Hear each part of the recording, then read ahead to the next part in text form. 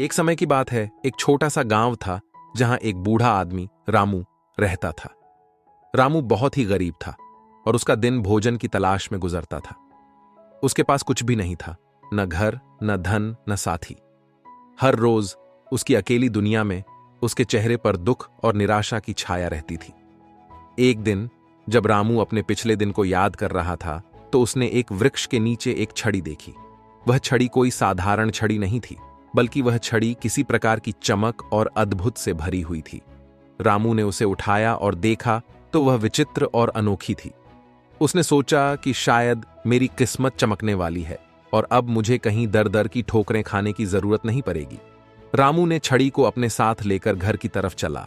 रास्ते में उसने सोचा कि शायद यह छड़ी कुछ जादू कर सके, लेकिन रामू को इस बात का एहसास नहीं था कि वह छड़ी जो उसके हाथ में है वह एक जादुई छड़ी है।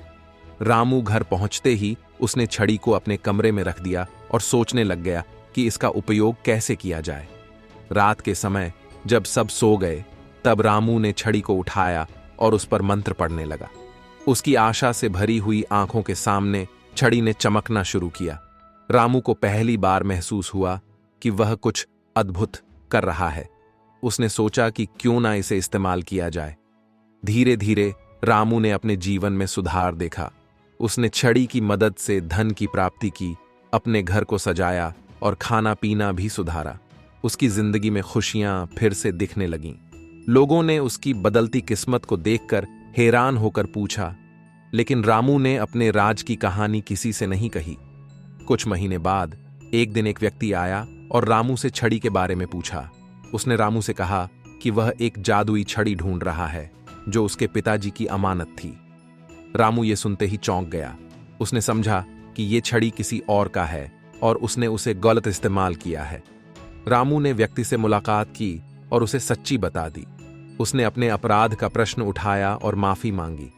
व्यक्ति, जिसका नाम विक्रम था, उसने रामू को माफ कर दिया और उसे बताया कि छड़ी का असली मकसद समाजवादी और सेवा है और किसी के लिए भी इस्तेमाल करने से पहले उसकी प्रतिभा को समझना जरूरी है।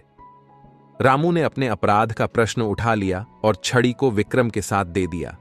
विक्रम ने रामू को आशीर्वाद दिया और छड़ी के सही इस्तेमाल के लिए समझाया। रामू ने उस दिन से अपने जीवन में एक नया मोड़ लिया। वाह, अब समाजवादी और सेवा की दिशा में आगे बढ़ने की सोच रहा था।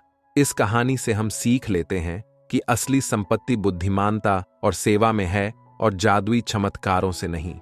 कभी कभी हमारे पास जो हमारी जरूरतों को पूरा करने के लिए है वह हमारे असली लक्ष्य से हमें दूर ले जाता है।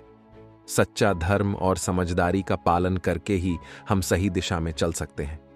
दोस्तों, आज के इस वीडियो में इतना ही।